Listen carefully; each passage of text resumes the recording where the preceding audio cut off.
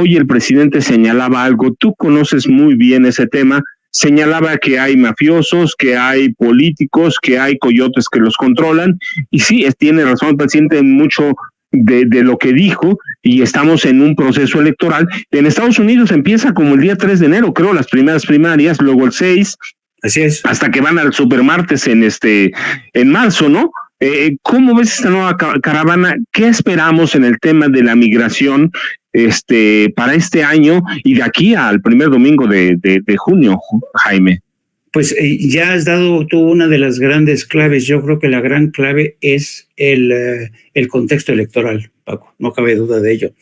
Yo creo que los números no están acompañando a Joe Biden. Está ahora por abajo del 40% de aceptación. Hay más de un 56% de ciudadanos que consideran que el presidente Biden no está haciendo un buen trabajo. Su apoyo incondicional a Israel en este genocidio que se está perpetrando el gobierno de Netanyahu en Gaza y Cisjordania, le ha costado muchos apoyos, principalmente entre el electorado joven, universitario, es decir, gentes jóvenes, sofisticadas, que han viajado, que conocen el mundo, que tienen una opinión propia sobre este tema.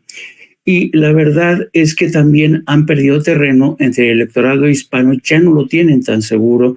Tú sabes que los demócratas han considerado al electorado hispano como su vivero electoral incondicional, pues esto ya no es así, por las múltiples promesas incumplidas de los demócratas. Entonces realmente tiene la situación muy complicada. El mes pasado, Paco, el presidente Biden, ya sus estrategas de campaña estaban preocupados por esta situación y entonces estaban viendo al mismo tiempo cómo sacaban adelante el voto para los más de 60,000 millones de dólares que tienen que asignarse a las fuerzas militares de Ucrania, los 14,000 millones de dólares que se tienen que asignar a Israel y los 14,000 millones de dólares para garantizar aún más o reforzar la seguridad fronteriza.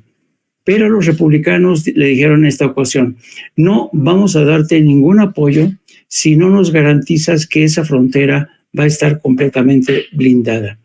Y a diferencia del pasado, Paco, hace como 2 semanas aproximadamente, Dick Durbin, que es uno de los pesos pesados, Dick Durbin es el senador demócrata por Illinois.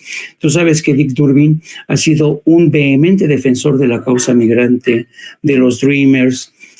Por primera vez, Dick Durbin le dijo a la Casa Blanca que él estaba tremendamente preocupado porque la situación en la frontera con México se había tornado insostenible. Esa fue la palabra que empleó.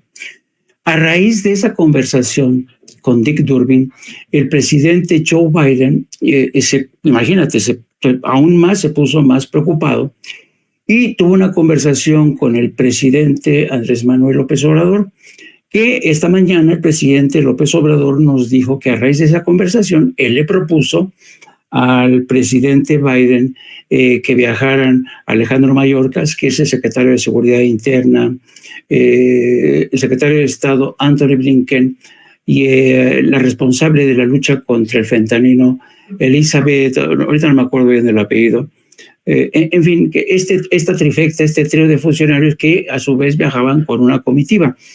Pero al mismo tiempo que esta gente viajaba a México, el gobierno de México ordenó el desmantelamiento de un campamento de inmigrantes que está justamente en la frontera, en Matamoros, y lo sacaron prácticamente, los alejaron de la frontera, utilizaron excavadoras, en fin, un poco para echarle la mano a Joe Biden, para que incluso los demócratas dijeran, bueno, ya México está apoyando, han desmantelado un campamento que, por cierto, se estableció creo que desde el 2022, y ahí estaban estos inmigrantes, llegaron con picos, palas, machetes, empezaron a desmantelar las casas de campaña. Ya sabes, bueno, decirles casas de campaña es qué sé yo, es una invitación al sarcasmo porque son casas ahí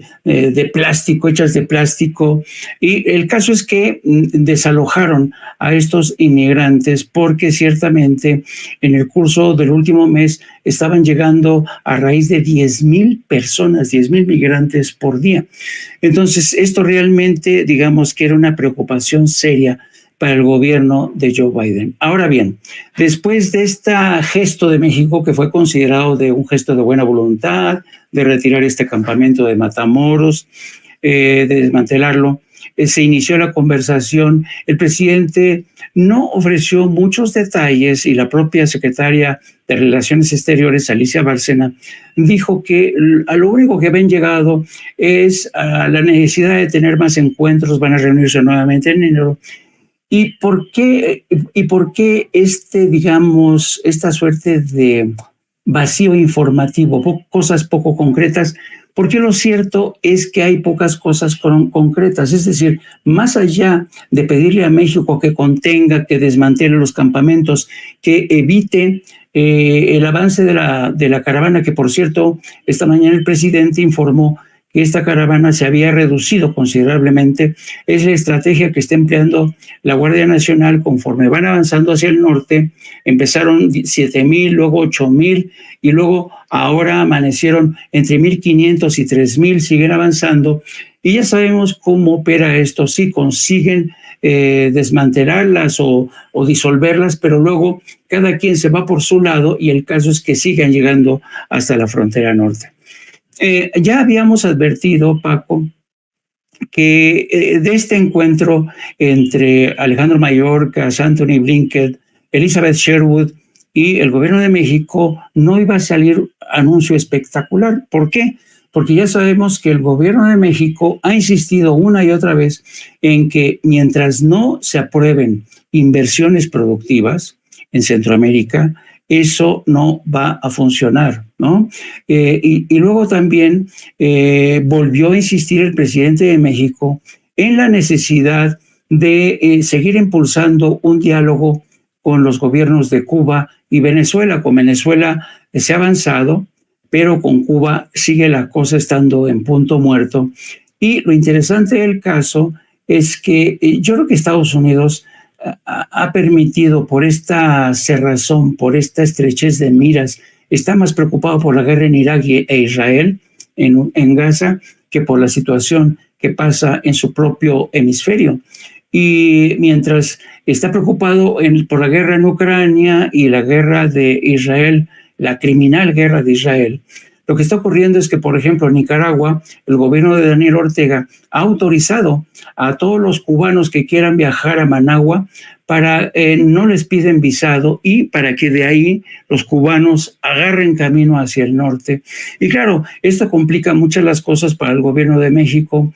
El gobierno de Honduras también ya había indicado que se le están complicando las cosas demasiado a ellos porque les está llegando gentes de Sudán, de Burkina Faso, también les están llegando gentes de distintos puntos de África, y entonces los hondureños dicen, nos están llegando gentes de todo el mundo y no tenemos los recursos necesarios para expatriarlos a sus países de origen.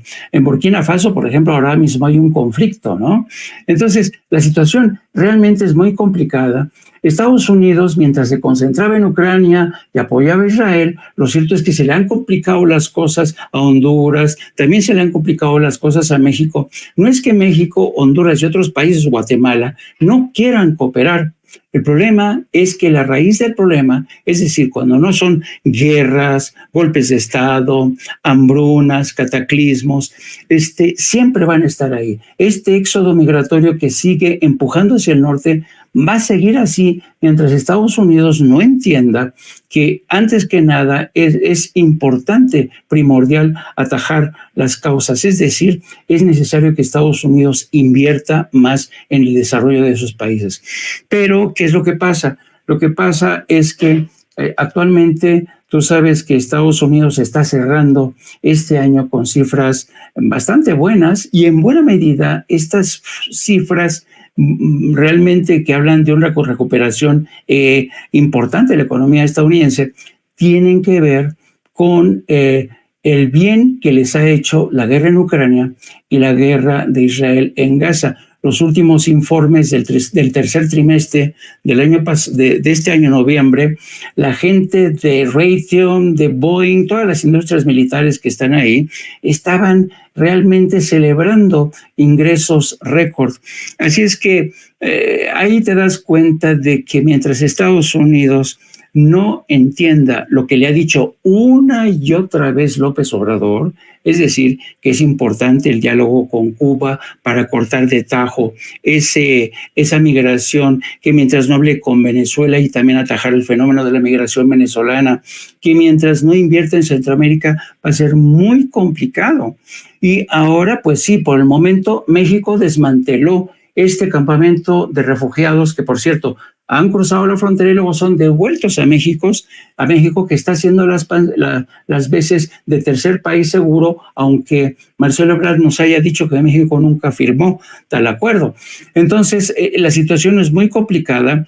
Yo creo que qué bueno que establecieron esta serie de encuentros escalonados, porque esto no se resuelve en un mes, Paco, ni en 2, ni en 3, ¿no? Entonces, esto desafortunadamente es una realidad que va a heredar Claudia Sheinbaum, porque este fenómeno de la migración ha llegado para quedarse, y yo creo que si Joe Biden se reelige en el cargo, a lo mejor tiene un margen, pero yo francamente soy muy escéptico. Pero ¿y qué tal que si regresa Donald Trump, la situación se van a poner color de hormiga, querido Paco? Ciertamente, Jaime, sí, tú tienes razón y ya lo dijiste, 60,000 para Ucrania, pero también es cierto